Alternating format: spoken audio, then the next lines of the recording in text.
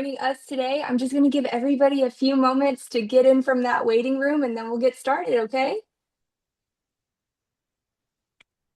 Let's see, put them on a timer. Tick, tick, tick. Yeah, it's about go time, you guys. About go time. Finishing up a full day of patients, hopefully arches. That'd be exciting. So let's get started. Hey everyone, welcome. I'm so excited you're here. I'm Caitlin Moore, Clinical Education Manager with Norris Medical, and today we're diving into something that honestly changes the full arch conversation. The only tissue level FP1 full arch system, mono and mono bendable.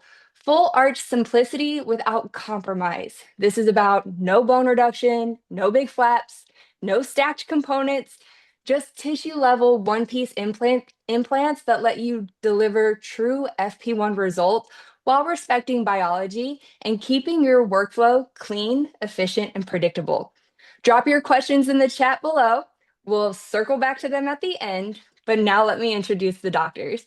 First, we have Dr. Jared Van Ittersum, founder of Infinity Dental in West Michigan, best-selling author, national speaker, and an absolute beast with implants, CIRAC, and digital workflows.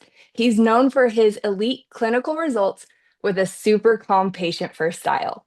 And then we have Dr. Elias Achey, lead scientist for International Associations of Dental Research, founder of Infinity Dental Partners, Henry Schein Faculty, Sirona KOL, and the mind behind multiple minimally invasive implant systems. He's placed over 1,000 implants and brings both science and real world practice into everything he teaches.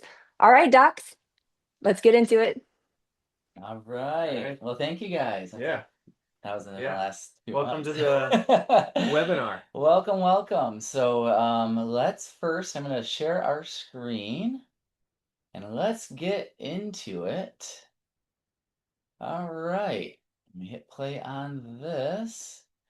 All right, you guys. Oh, let me continue to share. Yes. Okay. And Caitlin, we're good on that end. Looks like we're good. We can all see that. All right, you guys, well, let's jump in. Again, I'm Dr. Van Ittersum. This is Dr. Achey, and we know that it's evening for everybody. We both had a full day. We both placed full arches today. So we're, a little tired here and there. Yeah. So we're going to respect your time and jump right into it because we really want you guys to buckle up. Okay, we're going to go through a lot of content as an overview of this amazing implant system in the next 45 minutes. We want to have a few minutes at the end here for you guys to be able to, for us to answer any questions. But when we do our 2-day seminar, our next one is actually in Arizona, in Phoenix, in February. We invite all of you to it. We really do about 4 days worth of content and meat into about 2 days with hands-on. So we're very fast paced. We hate seminars and webinars that are all fluff. So we're very fluff free, and just excited to show you what is one of the most incredible implant systems on the market. So quick background, and Caitlin, thank you so much for the intro, but just want to give you guys a little bit of background about what got us into this implant system, how we discovered it, because we were originally going down the full arch, or sorry, the group practice route for years. We had multiple practices in multiple states. That entire time, since 2007, we were placing multiple implant systems: Camlog, BioHorizons, Blue Sky Bio, Sterngold, GDT Interlock, Byline, Norris Medical, all along the way, because we were still general dentists and getting implantology along the way, right? And it wasn't until and we became faculty for Henry Schein Dental Business Institute. We were writing books on group practice development. We wanted to be that next big DSO. And it wasn't until we got into full arch, and specifically, it wasn't until we discovered the incredible Norris Medical mono bendable and mono dental implant that our fires were rekindled. Yeah, it was crazy. We've been placing implants for 20 years. And when I placed my first monobendable implant in a number 7 area, and I did it in less than 5 minutes, I walked out of the operatory. Jared was out in the hallway, and I was fist pumping the air. I was so excited, I couldn't believe I it. remember it. Yeah, it was phenomenal. And it was so easy. It was so easy. I was like, dude, this is crazy. Let's do this. So yeah, we were really excited about it. And we're excited to bring it to you guys. You know, we do feel like it is our duty Mhm. to get more doctors, like, you know, knowing how to do the system. We've had the question, why would you teach anyone why would you teach your competition how to do what you do? Yeah. And we're like, because it's fun, A. Two, we're helping patients, Hmm. and B, we're assembling a brotherhood, sisterhood A tribe. group around this, a Yeah. tribe, if you will, Yeah. to kind of bring this out into the US. Yeah, and that is our goal. That's our mission is we've been doing this implant system for enough years now to really know how it can transform your practice, make your world so much easier in the world of implantology, allow you to easily get into full arch if you're not already, but everything from single implants to full arch. This is truly kind of the jackknife, the Swiss Army knife of implants. So our mission is to bring that. So we created our One Piece Implants Institute, started with the Mono Implant Academy. We become KOLs for Sprint Ray ecosystem. Sprint Ray is very aware of this amazing implant system also. We actually are launching at our February seminar the first textbook in North America on the Norse Medical monobenyl implant. So if you come to our seminar, you get a free copy. Yeah, but that's how committed we are to this very specific implant because it's just changed our lives in so Mm-hmm. many ways. So I want to talk for a second about, where does this implant, we're going to talk on many levels about where this fits in to the world of implantology in the United States. But I want to start with the patient full arch life cycle because some of the full arch seminars Elias and I've been to, there's this idea of kicking the can down the curb, right? Mm-hmm. We know now that enough research has come out. Dr. Holtzclaw for Norse Medical brought a study in Europe that we went to that said, okay, traditional on 4 and AOX, they're finding that at the 20-year mark, about a third of them are starting to And fail. that's with the best surgeons that were The placing gurus. implants. These The are the really gurus. good surgeons. Yeah. That's what they're finding. So as that old saying in dentistry goes, not everything lasts forever. And now we're starting to question, well, does full arch last forever, right? It hasn't been around for 80 years to know. So we look at if this idea of what are we going to leave for the next person down the road? Because we're seeing what Elias and I specialize in Mhm. is terminal dentition cases and early atrophy cases. That's really our signature that we Mhm. like to catch patients when they're younger, when they have bombed out teeth, but they still have good tissue and bone to work with. Mhm. Because we believe in what we call biology preservation. So if you see on the lower left here, an FP1 on mono biology preservation, it's really, we like to be the first line of defense in the full arch world rather than jumping right to flapping back and doing traditional on four and mowing away bone, which yes, we know Well, is we like to in say we're bone preservators and not mutilators. not bone mutilators, but Yeah, that's yeah, a great protocol. It works. It's yeah. the standard. It's the gold standard, especially in the U.S. right now. But our goal is to not jump right to that step. Our goal is say if we can 40 years from now, if our system fails, you have now bone and gum tissue left to go to that because the goal that we really want to avoid is going directly to remote anchorage. Now, Norris Medical, I think they are known and have the best remote anchorage system on the market in terms of their pterygoids, in terms of their zygomas. I mean, they are the top dogs in the market. Most people know that, right? They also have amazing conventional two-piece implants. They're Tufts implants. But what is very little known is the mono and the mono bendable. And again, and this is in the patient full arch life cycle that we believe every practice in the United States should be thinking there is another option early on that doesn't require bone removal, that doesn't require tissue removal, and brings everything to basic crown and bridge technique. Well, and here's kind of the selling points, if you will. Yeah. You Why know, is it so awesome? when I'm talking to patients and I'm telling them that I don't have to do a huge flap, I don't have to make a bone reduction guide for you. I'm preserving all of your bone the way it is. And I'm not having to put you in a denture for a certain amount of time before we can actually put you in an FP1, FP2, FP3 prosthesis. And we can say, day one, you're walking out Yep. with an FP1 to a FP3 prosthesis. Yes, with high primary stability, with 400 Newton centimeters of total Oh man. torque value, of composite torque value, right? Yeah. But and that's why we put those two at the top, right? Because From our daily practice, again, where we're doing 3 to 4 arches every week together, on both of us at this point, selling somebody on no flaps, selling somebody on no bone reduction Yeah. is the difference maker, because patients are getting smarter about this. They're looking for more conservative solutions. They're looking for someone that follows the Hippocratic Oath of getting from A to Z in the most conservative methodology. Yeah. But the list keeps going. We don't have to do fiducial markers because we're not mowing bone back. We're not flapping back. We don't have to do the bolts in the palate, the screws in the palate. We'll occasionally leave a wisdom tooth here or there on the lower. But in terms of when we talked about how this is that first line of defense and how this can truly be full arch for the general implantologist or for the general practitioner, it's because it replicates everything to basic crown and bridge technique. Mhm. We'll show you a little bit later into this that when you see how these are treated with the tissue, how we treat these prosthetic, it brings everything back to titanium crown preps Mhm. outside of the gum. So if you know how to do a bridge or a series of bridges, you will know how to do full arch with this implant system. Mhm.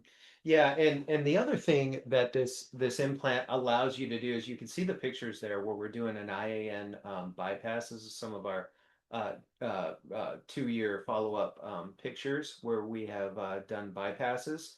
The way that the stress distribution is with these implants is far different than your traditional two-piece implant.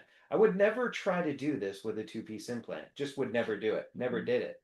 But when I can bend them and I can bend the abutments and I can prep the abutments, that's a whole entirely different protocol. It is an advantage that we have, that you can look at an arch and you can be like, you know what?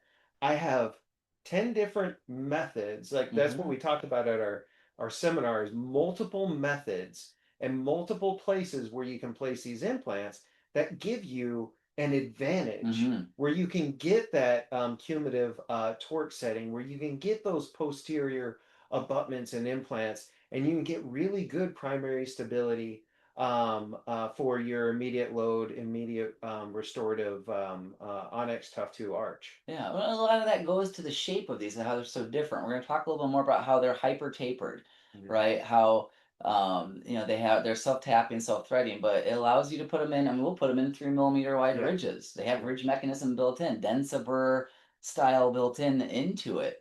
And you can put them. What we found is you can really put them in all scenarios. You can put them in atrophied arches and do Hmm. FP3. Hmm. You can put them in abundant bone arches, Hmm. right? You can put them in D4 bone all Hmm. day long. We're going to tell you about a technique of how these are called compressive implants worldwide, Hmm. because they osteocondense bone just like a Densabur will. And you can put a 5 by 16 Hmm. implant in a maxillary tuberosity and get 40, 50 Newton centimeters of torque, which is Hmm. difficult on many Hmm. other implants. Hmm. Yeah, and the other huge thing is that we're going to talk about is the neck size of these implants, and that's where the magic happens. The modulus of elasticity of the neck matches that of cortical bone, and Jared and I came across this study, and like I think you texted me, and like late at night, and you're like, "Holy cow! Look what I just found." And we found a study showing the elasticity numbers of the cortical bone matched that of the certain diameter of the neck of the Norris medical implants.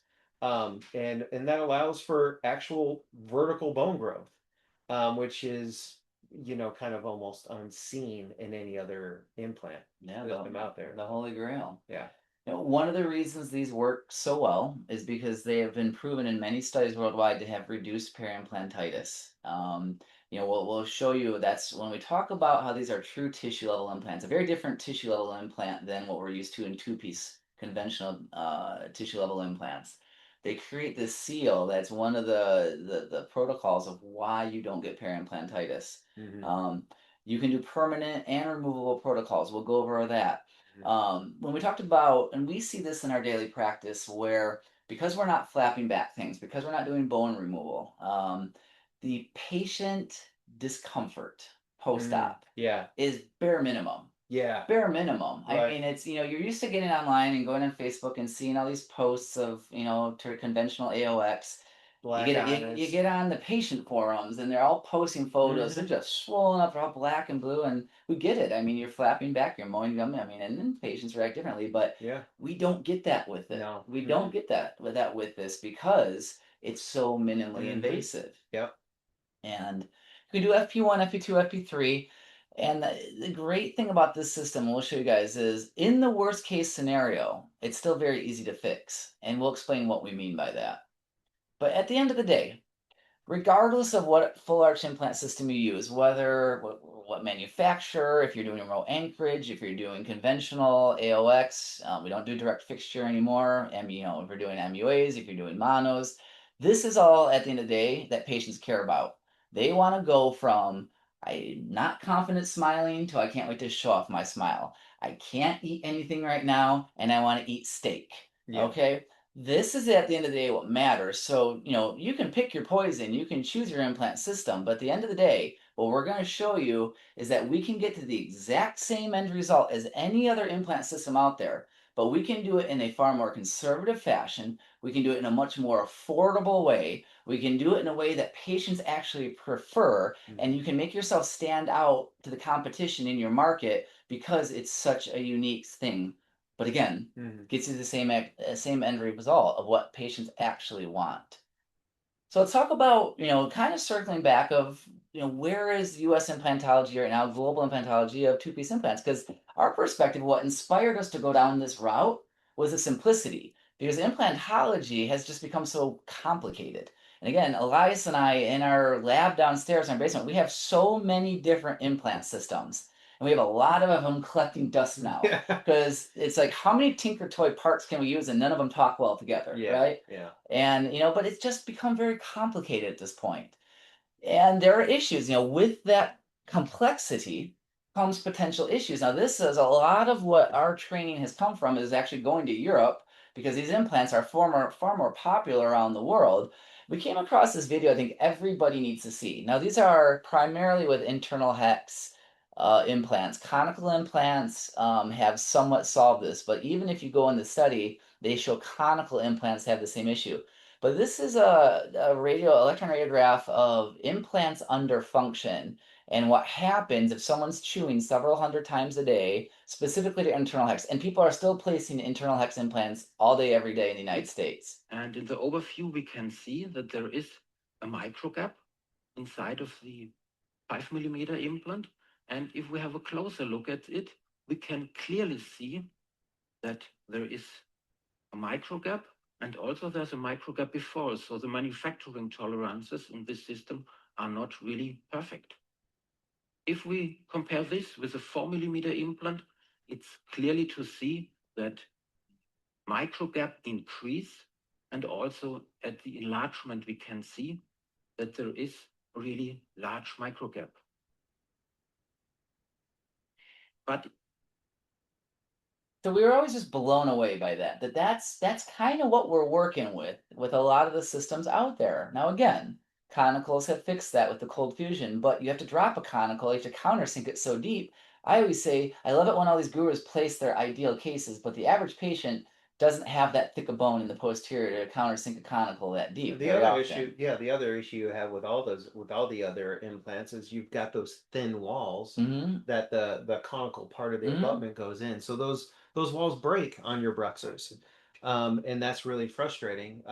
That's the beauty of the mono and the mono bendable is it's one monolithic piece of grade 5 titanium. Yeah. And you don't have that micrograp, so you don't have that peri-implantitis, and you have a stronger implant. Absolutely. And and this is what we're used to. This is what in our institutes we're used to see. Now, is this necessary? Many times, yes. And all in four, we know you have to have 15 millimeters minimum on each process for all the MUAs and stacking the components and everything. We all understand that. So you have to have this prosthetic room.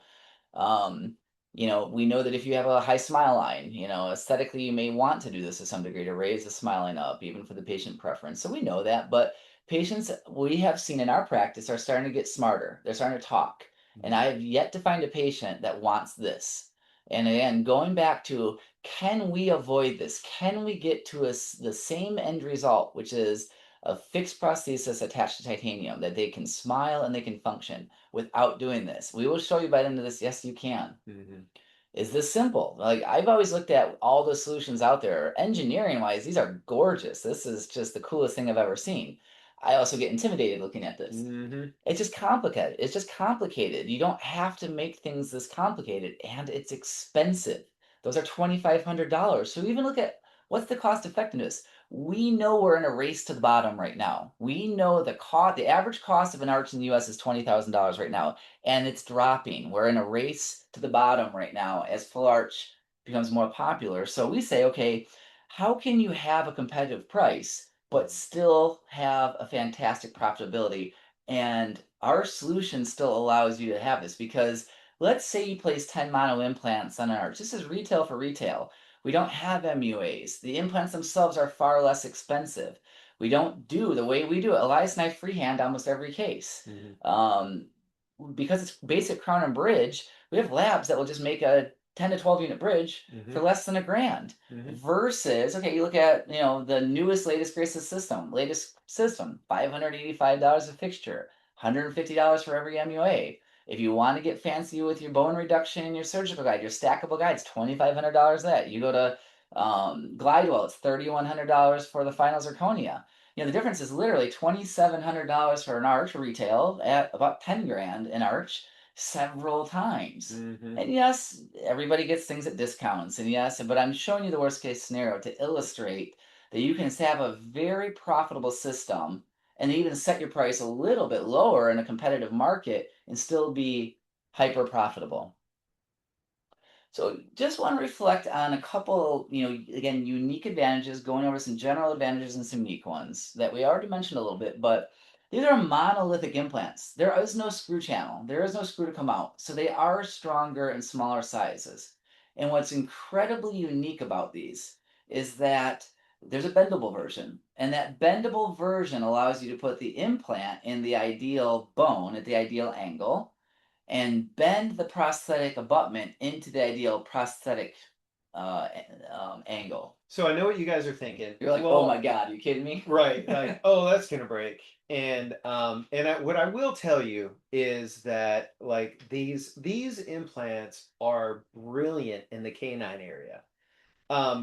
Just because of the way the maxillary bone is, your implants are always wanted to flare out to the buccal, and you could get these implants torqued in above 70 Newton centimeters without those necks breaking, Mm-hmm. and they don't break on the bend. Like when at our seminar we make you break one, Mm-hmm. it takes quite a few bends for it to break. Oh yeah, absolutely. Where Jared and I have actually broke one is when we tried to torque it past 80 Newton Yeah, centimeters. once you start approaching 90-ish, once you start Right. going above that, Then Yeah. it breaks on the twist, mm-hmm. but it doesn't break on the bend. Yep, and we explain in our seminars. I know you're thinking osteocondension necrosis, right? Correct. We're getting cortical engagement in these, and this part of the technique is getting extremely high torque. But these are high torque implants. Yeah. We're generally getting these at about 50 Newton centimeters and above. Yeah. Part of why we get that high primary stability is in the design because they are hyper tapered, self tapping designs. And again, as I mentioned, these are called compressive implants around the world because they osteocondense the bone like a vertebra. Elias and I have vertebras for our two-piece implants. We still place occasionally two-piece implants, right? Mhm. We're always testing implants also.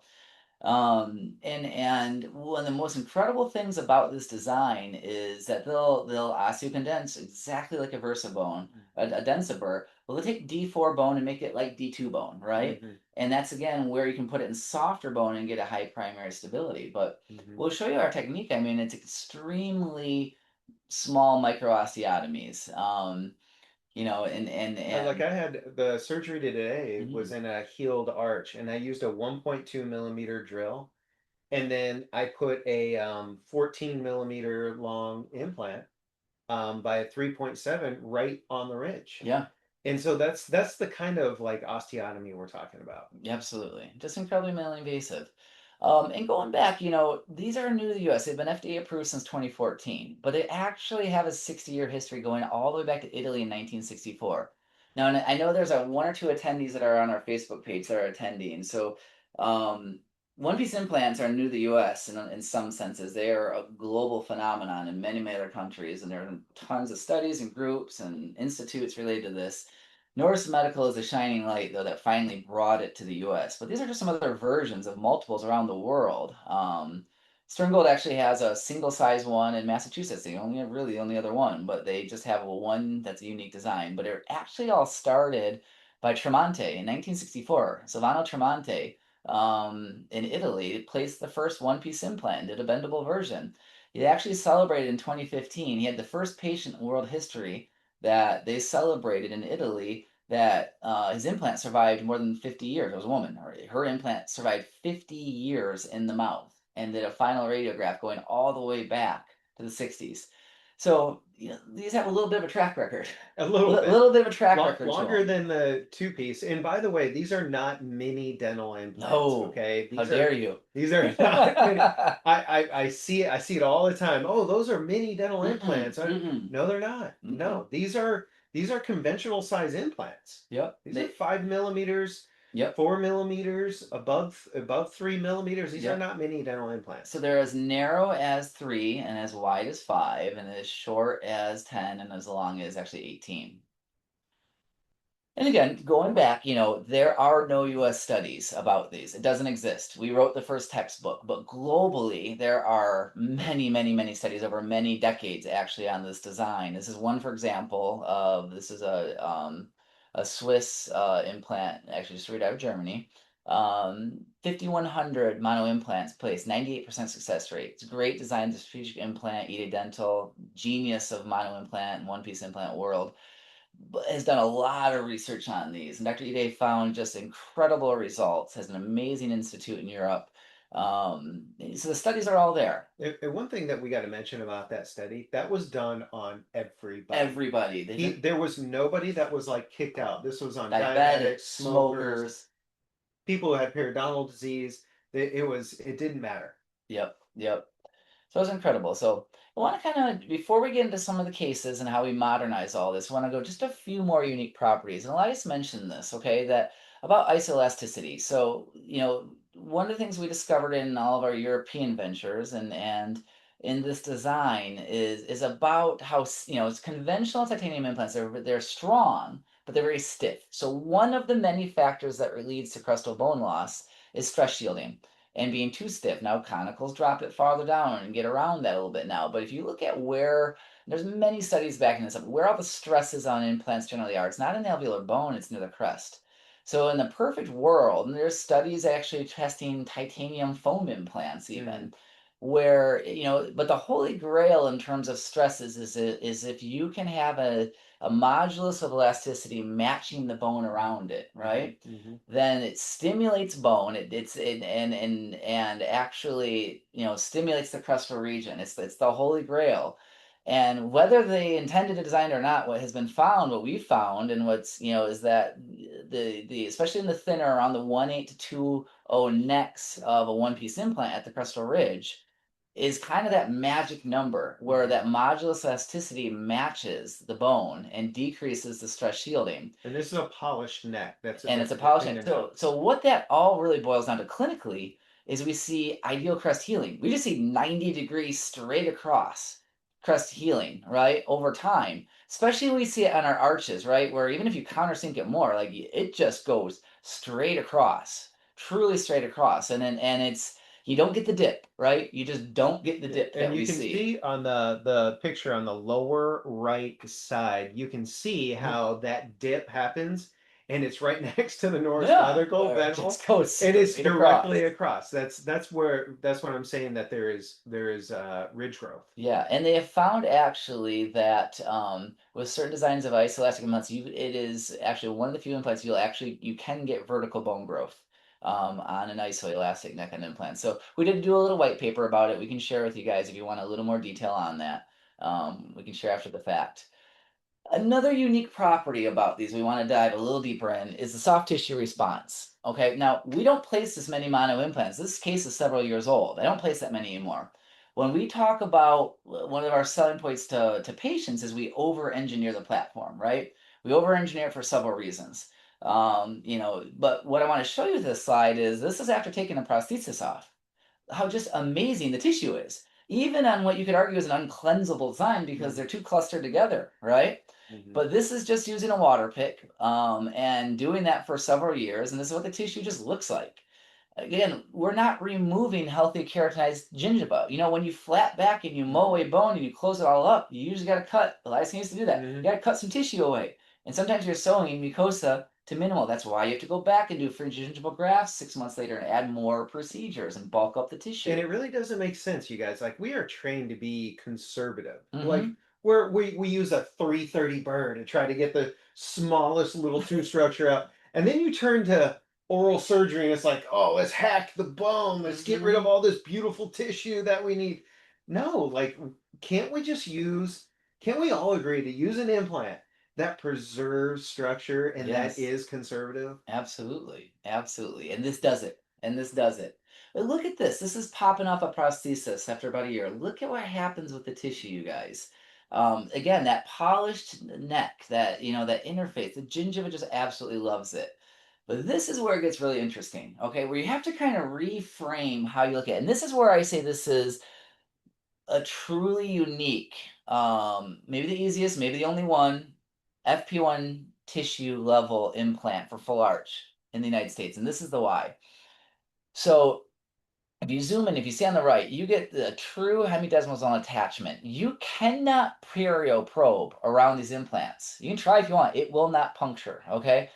It is sealed. So any bacteria, any excess cement, if you had any, is going to laterally disperse if you had. Now, we teach a technique where you're virtually guaranteed to not have any excess cement when you cement these restorations. The other thing too is you can't take that implant out. So like if It's attached. if the implant doesn't osseointegrate, it doesn't matter because that tissue actually hugs that abutment. It doesn't go anywhere. You have to actually cut the tissue It to seals. get the implant out. Yeah, yeah. And you just pull it out with some hemostats. It's but like, incredible if you have one that crazy. doesn't integrate in the healing period. But this is how you have to kind of reframe things, okay? These are actually a couple of that you have to reframe everything of a topographic map where it's all sealed and it's titanium crown preps connected to gum tissue, but everything is all a sealed interface. And again, this is why you don't get periimplantitis. This is why cement sepsis will go, oh, well, you're cementing out, you're getting cement sepsis. No, we don't deal with cement sepsis. We don't deal with periimplantitis. It's very well documented that these are the most periimplantitis implants globally, you know, over the years. It's phenomenal. I think one of the hardest things was just trying to find a lab designer that could actually understand the concept that Yeah. we're just doing a zirconia bridge across all the titanium abutments, and we're trying to say, look, it's just a big bridge. Just treat Well, it like what crown implants are preps. you using? No, No. it's crown preps. All right, it's crown preps on titanium. That's what it is.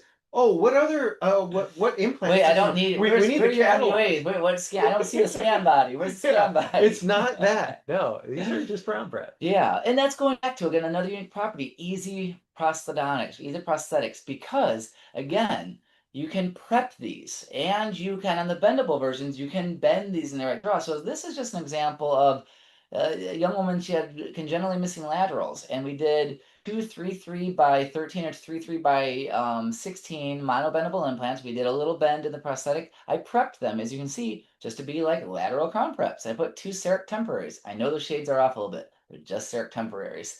But just to show you how easy the process is. There's no, you know, I'm not attaching all the scan bodies or doing a peak, you know, abutment on it and prepping the little plastic things going everywhere. I'm just hitting the easy button. The other thing that we'll show you in the seminar is how papilla will grow in, as long as you're putting pressure on that attached gingiva. Absolutely. One of the things we talk about is the progressive osteotomy. Another unique property is how easy these are to place because they are hyper tapered, extremely sharp, self-threading, self-tapping. And I really want to get to the videos. We teach several techniques where sometimes all you literally do is pinprick the cortical and let the implant do all the work. Now let me show you on the progressive osteotomy what we're talking about. Okay, just like that, we're going to get the tip inserted. Just like that. And this is a non-bendable. We're gonna just start threading in. And I start feeling that torque. We're going to back it out a little bit. Back it back in, back it out. We're actually getting this fantastic. Good. We got this thing just beautiful. All the way down. Lots of compression here, my man. Okay. That's it. Gorgeous. Let's take an x-ray. There you go. We're going to show another video in just a little bit here and go in a little more detail about how easy it is. But Elias and I had this aha moment a few years back and going back in all the old textbooks and everything, and what we recognize, and we're fortunate to be in Michigan, that the godfather in many ways of modern implantology in the U.S. is Carl Misch, and God rest his soul. I went to school at U of M with his daughter. She's amazing. Jonathan Misch's son has continued his legacy with the institute. He's amazing. But the techniques that we've kind of mastered in our teaching now, we're really kind of rekindling and improving on a legacy that Carl Misch wrote many thick textbooks about. We're just approaching it in a more modern design. And let me show you what I mean. So these are actually pages from one of Carl Misch's many amazing textbooks on the way that he used to do it, where he was taking two-piece conventional implants, taking stock abutments, capping them, prepping them, and doing PFM bridges over them, cemented PFM bridges. He was just doing it. Now you look at our cases. What do our implants look like? Lots of implants, right? Over-engineered platform, right? What do our implants look like? Very similar. If you go back, let's go back 2 pages. Look in the upper left, look in the right. Look at what Carl Misch's implants look like coming out of the gum tissue. Look at what our implants. Prosthetically, we're doing literally the exact same thing, okay? But we're doing it with an implant that makes it far easier and has less periimplantitis, because what happened is, we've interviewed many oral surgeons about this, right? Happened is they started getting periimplantitis and a lot of failures around those implants, because they were taking implants that were prone to periimplantitis because they had a micro gap and they weren't conical, and they would get the micro gap getting bacteria in and crestal bone inflammation and loss. And the cement would get down into that in that critical space. And you guys, I know we have the all on 4, all on 6, and all on 8, but when you have 10 implants, you and I are generally trying to shoot for about 10 implants in an arch. 8 to 10 an arch. 8 to 10 in an arch. But it makes so much more sense. Like if you try to break 1 pencil, easy to do. If you try to break 4 pencils, yeah, it's going to be harder to do. You might be able to do it, but you're not going to break 10 pencils by yourself. And that's what, when I'm sitting down with my patient, I try to explain that to them of the strength of that arch, and that's why I'm confident of putting this on my Bruxers. Absolutely. On my Bruxers, these implants will survive. Absolutely. And what do they not have? They don't have screw hole accesses. Right. Right? So these are actually, and we know this if you're doing conventional AOX, right? You've got 6 screw channels on it. There are weak points on that. Yeah. These are monolithic above it, so they're actually stronger in a thinner type of bridge because we have no screw hole accesses. And now, we always have to address the elephant in the room, because you're all like, okay, well, we're cementing a full arch, really? Like, are we going back 20 years? Doesn't that feel like you're stepping back, right? But let me explain our opinion and kind of what allows us to sleep well at night. And for those that are aware, so the American College of Prosthodontics came out in 2023 with their new position statement, their definitive statement, where they said that there is absolutely no indication to ever remove a fixed prosthetic full arch unless one of 2 reasons. Either it's uncleansable and the patient is struggling because the intaglio is an uncleansable design and it's uncleansable and causing issues, or it's mechanically failing. If it's not one of those 2 things, there's absolutely no reason to ever remove it. I don't care what anybody says. That's the American College of Prosthodontics. They've done all the research. They did this on going back in all the research. And if you want to go against them, go against them. But I can sleep well knowing that, if they're saying that we can leave it in, right? Let's leave it in. Now, we actually teach permanent protocols and semi-removable protocols, and we have actually several devices that we've tested so that we can confidently remove one of these. So we can make them actually semi-permanent if we want. So you can kind of pick your pathway based on your confidence. So we actually have a solution for both positions. But going back to conventional AOX, when patients come in and say, yeah, I'm getting charged $400 twice a year to come in and do new screws and all that, well, do a deep dive on this, because you're actually doing more harm than good on that. and we teach techniques of how we do special dye in the single or in a full arch. Our cementing technique with 3D printed dye models to virtually guarantee there is no excess cement, and we mix and match different types of cements, glass ionomer, certain ways to make it semi-removable. We segment them at times also, so we'll segment them so even remove them, the zirconias is easier depending on it. So let's talk about, we're doing okay on time. Talk about, how did we modernize this? So Elias and I were blessed to become KOLs for Sprint Ray this in 2025, because they saw that we have something unique and saw how we are using their ecosystem in several different ways, right? To take an implant that's been around for decades and how we brought it in the 21st century into the modern era of digitization. I want to just show you some highlights of how we're doing that. So the first obvious one is creating good digital wax ups. And and the way that so that's standard. And any full arch we're doing in our daily workflow, we're approving that, we're getting a wax up, we're showing the patient that doesn't change whether using our system or any other system out there. That's stuff. And we'll show how we'll even from that wax up, print some biotemps. But this is what I want to show you. If there's one area that can transform your practice, it is denture patients that are healed ridge. And I love to see them when they've been like 5 years or less. Like they're in maxillary dentures or and they had their teeth out a year out. They hate their denture. Mm-hmm. They're looking for something fixed. They haven't gone 20 years, so all their Mm-hmm. bone is atrophied. Mm-hmm. There's always this window Mm-hmm. that you can find of maybe 3 years or less, 5 years or less, within a year where you haven't started having a lot of bone go away. And going back to 3D printing, right? When we do our mucosal borne guides, when we do it guided, we're doing mucosal borne pilot hole only guides where you're just pinpricking a few millimeters into it with a 1.5 millimeter guide. And I want to show you two videos. One's 1 minute, one's 2 minutes of just how easy and how fast this can be, especially if you are bringing this in just for your healed ridge edentulous patients. So what this first part is, I'm not going to show you the full arch. I'm going to show you half of an arch at a time of this mucosal borne guide with just a 1.5 pilot, how quick this can be. Okay, so we have a nice mucosal borne surgical stent here. Okay, that one's all numbed up. I'm going to place this just into position, just like a denture in that sense. Kind of hold the palate at this point, okay? Verify a seat. And so we're going to go pretty quick now, okay? So this is, and in we go. Where you can see that vertical. Again, okay? You're doing great. That vertical, there's two. Yeah, you're doing great here, Pepper. There's three.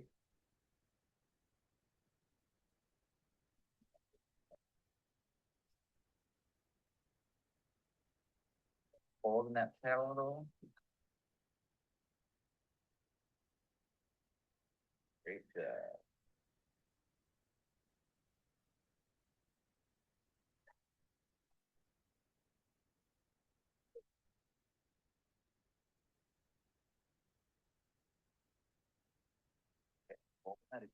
So I want to say it was about 1:15 to do 5 osteotomies.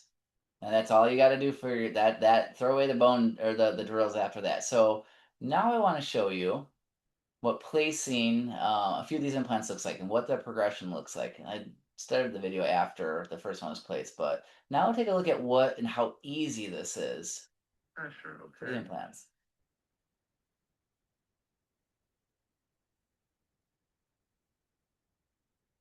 Pressure. Hesitate. Ready. These are compressive implants. It's going in. Here comes the pressure. 3, 2, 1. In. All right. There's enough. How we doing? Doing okay? Feel that pressure. You're doing great. Doing awesome. Okay, here we go. All right. Patient's not sedated. Elias and I do our own IV sedation. He is not sedated. There's no need for it.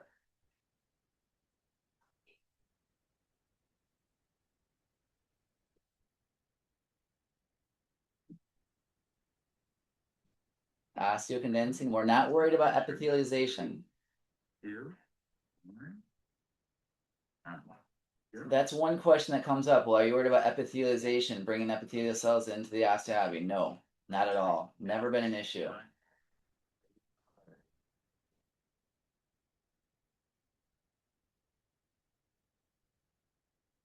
Notice the pressure. You see the blanching? That pressure is good for our temporaries and developing papilla later on. 2, 1. Okay. Oh, yeah. Okay. Well. Fantastic, you guys. Looking absolutely fantastic. Okay. This is the last one down for right. Okay. Great.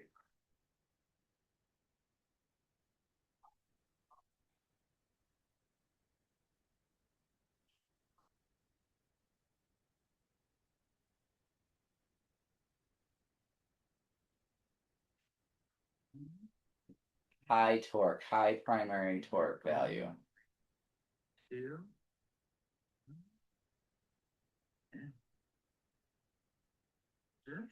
Okay. So what you just saw is 4 implants in about 2 minutes and 10 seconds. My record is 10 implants, start to finish, osteotomies and 10 implants inserted in 9 minutes and 21 seconds.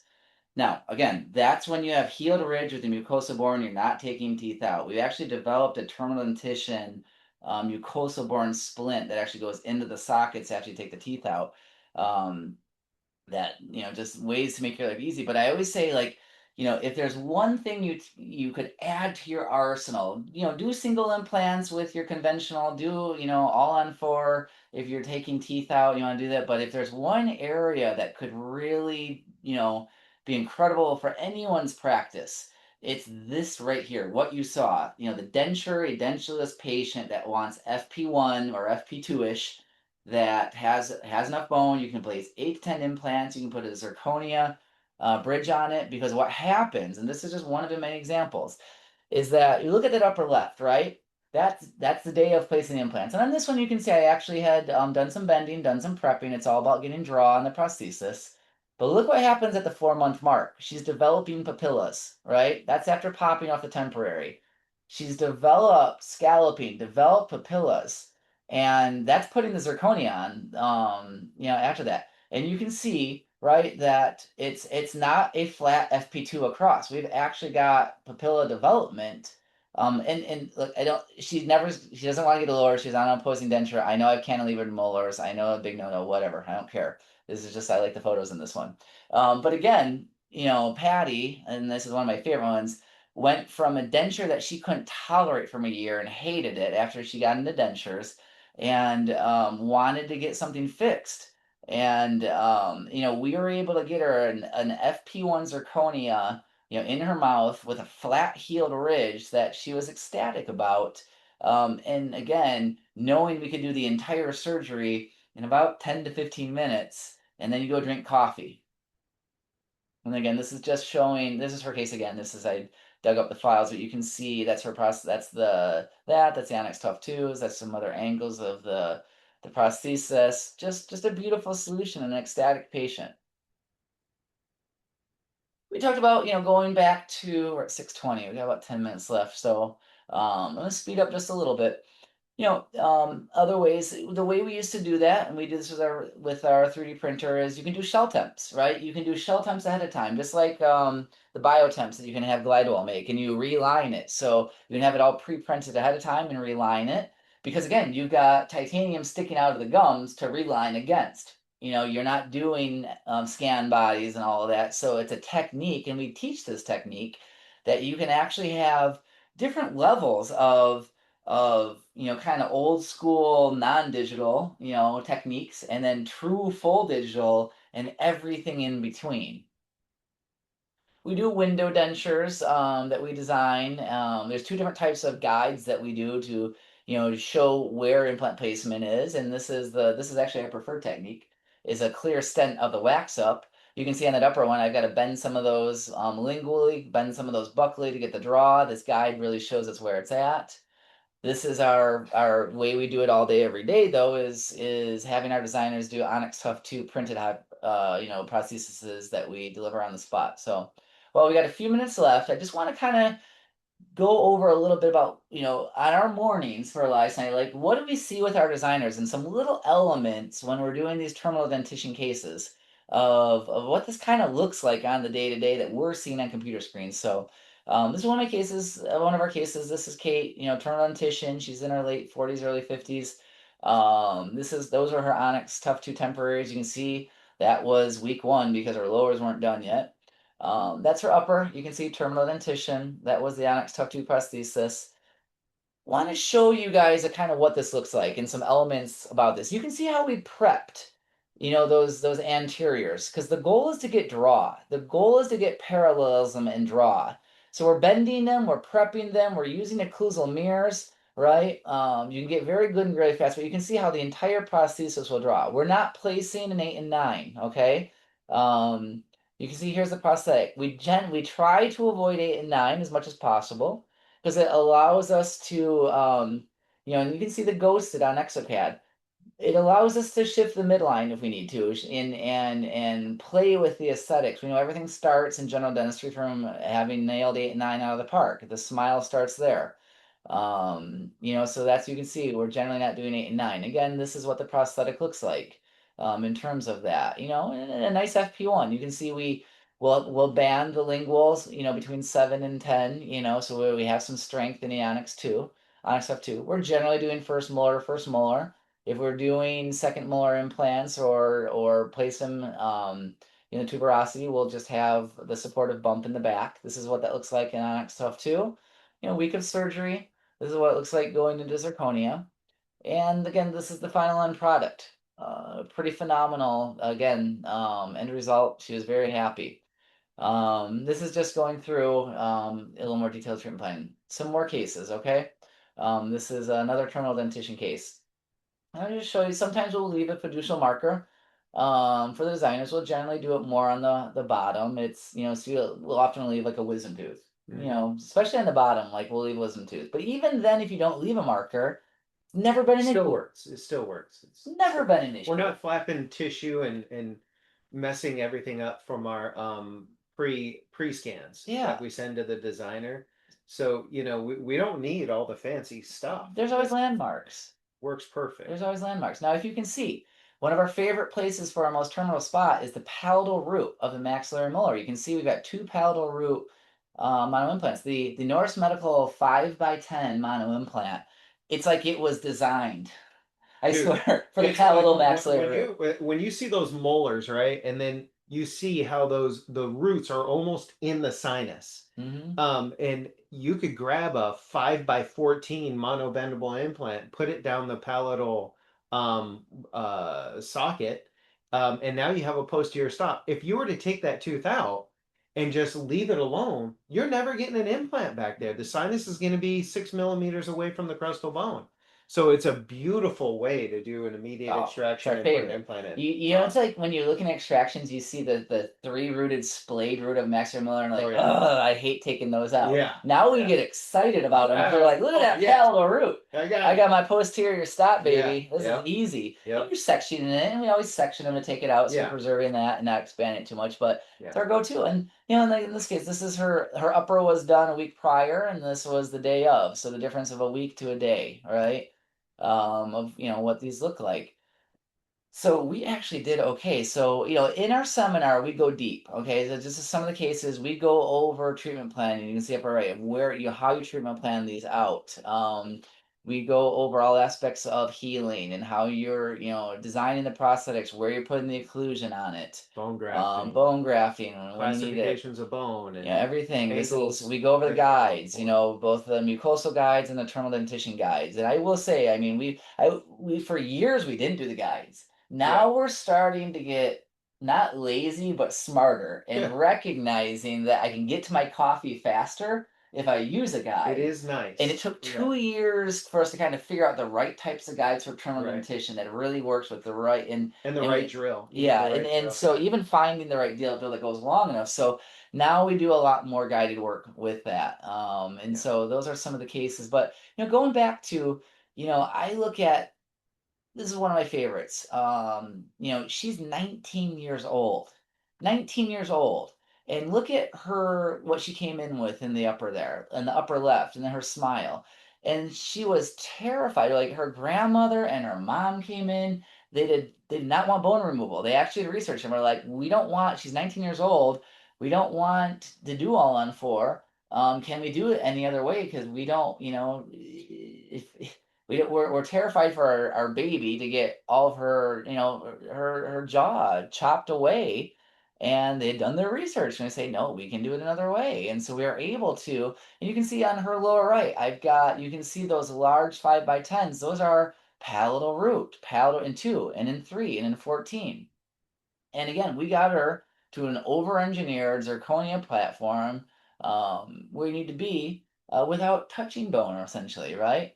And these are the types of cases that we teach, we talk about, we treatment plan with you to show you that this solution, is just it's incredible that almost no one knows about, and that's what our mission is, you guys. And we did it, you guys. 6:27.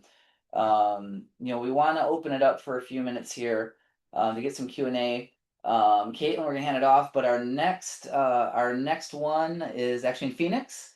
In about 6 weeks, we would love to have any of you or as many of you come. We will show you how to get on board on this journey. It will transform your career, transform your life, your office. There's tears everywhere every day.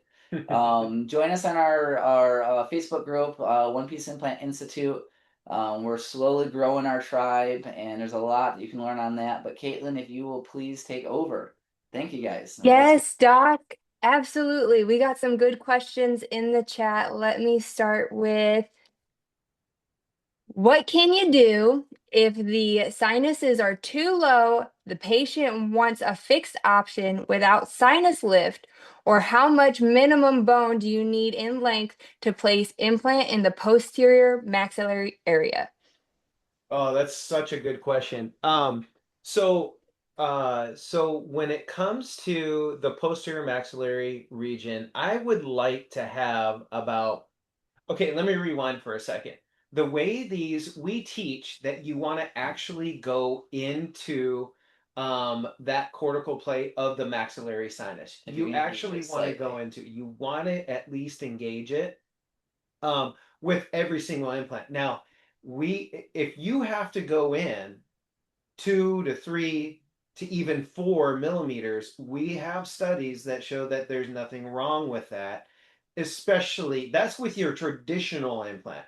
Now, with these implants, you're lifting the sinus membrane because you're not taking a drill in there and obliterating the membrane. You're slowly bringing this implant up into the sinus, so you're lifting the membrane. We call it the tent and seal. The tent and seal. It's like a tent lifting up, and as that taper widens, it seals over the implant. So we try to keep it around, like I said, 2 to 3 millimeters, a little bit, but it's actually, we talk about osteofixation in our seminars. The difference between osseointegration is what we're used to, and osteofixation is more of a European concept with one-piece implants.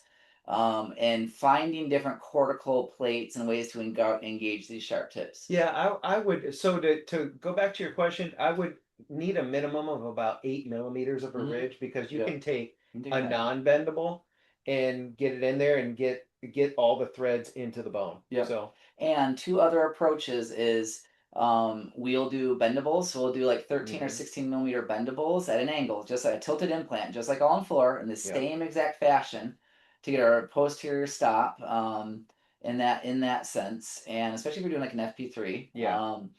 And with a 10 millimeter or less cantilever. Again, I told you very often I will put a 5x16 in, and sometimes I've been able to get these as pterygoids. I've got a few of them, and I'll do guided on a pterygoid. If you've got a pterygoid that's a shorter distance, right, you can put an 18 in. You've got a shorter pterygoid and engage the pterygoid plate, but you can get primary stability in the maxillary tuberosity and you put a 5x16 in, and then you bend on a bendable, and then you bend the abutment reverse, and you get a posterior stop in the second molar area. So there's a few different ways that we approach it. Oh, that's awesome, Doc. Now here's another one for you. The bendable rectangular portion is sub-intraosseous 4 millimeter height versus non-bendable at 3 millimeter height. Please share your protocol. Yeah. Yeah, So bendable's longer.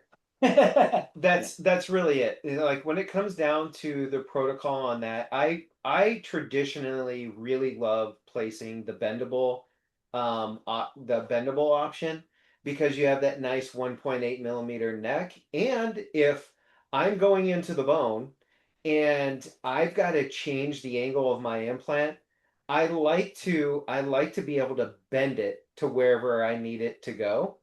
And I will bury that thing all the way down to the base of the tree of that abutment. So I'll bury all of it, and the bone grows around the whole thing. The whole thing fills in. It actually locks it in. Yep, it locks it right in. And one of the things that's unique on the Norse Medical versus actually it's no other one piece mono implant in the world has this feature that Norse Medical has. Yeah. And so if you look at the mono bendables, they have a key on it actually built into the hex. It's a hex key. Let me just go back really quick, you guys, all the way to the beginning. Let me show you.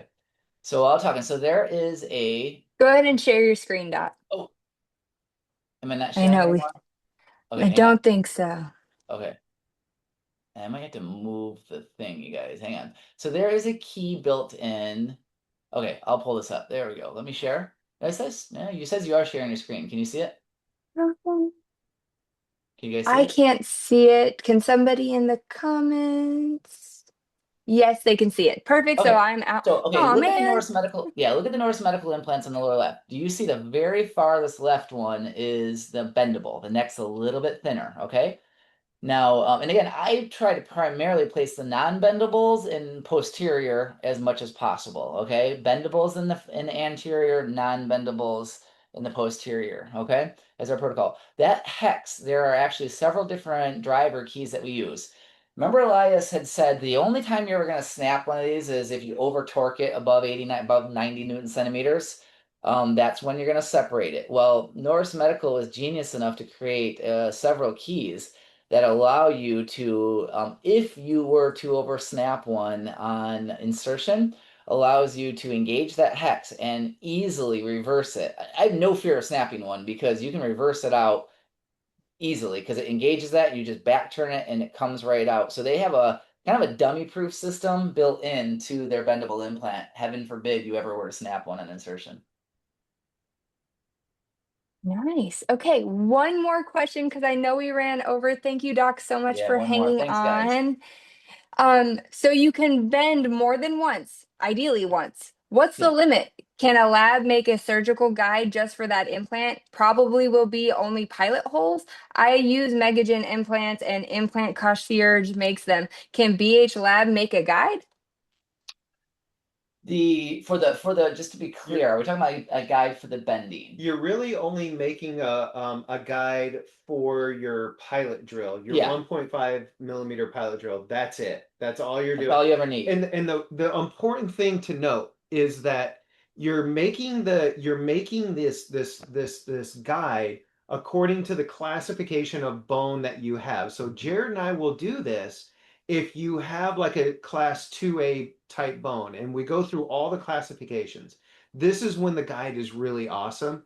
The people don't need to know what kind of implant you're putting in there, but we'll show you exactly what implant system you need to use to be able to treatment plan it on your CAT scan, your CT software, whatever it is. Yep. So we have all that. Yeah. So pilot hole only that any lab can make for you for the guides, right?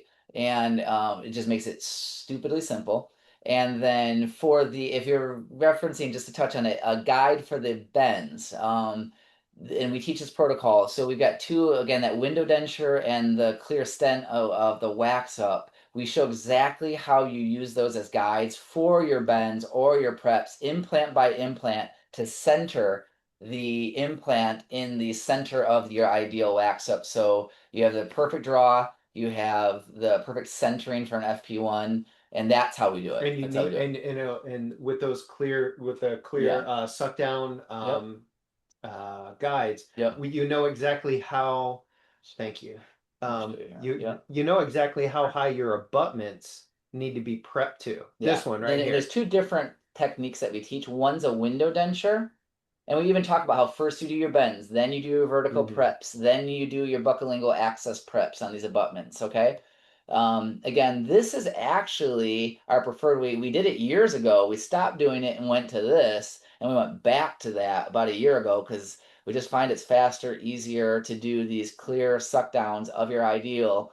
And we teach how you trim it and everything that sits over, and you get this clear visual of everything, and you just bend and prep according to that. It just makes everything super simple.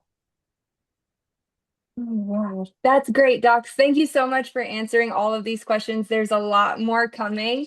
So, and just as an added thank you, let's go ahead and drop a coupon for 20% off for your hands-on portion for this course that you guys have coming up. We can drop that link in the chat, but I think that would be great. And I got to get myself a copy of that book.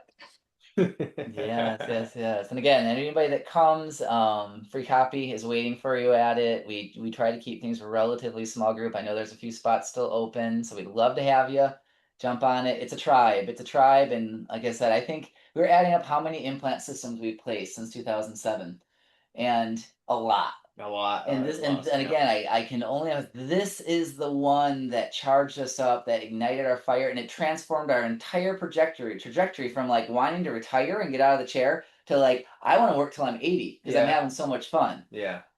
So, all right, you guys. Well, Thanks, thank you you guys. so much. Have a Thank you, wonderful Docs. night. And Norris Medical, thank you guys. And have a good one, everybody. Thank you. Bye-bye. Thank you.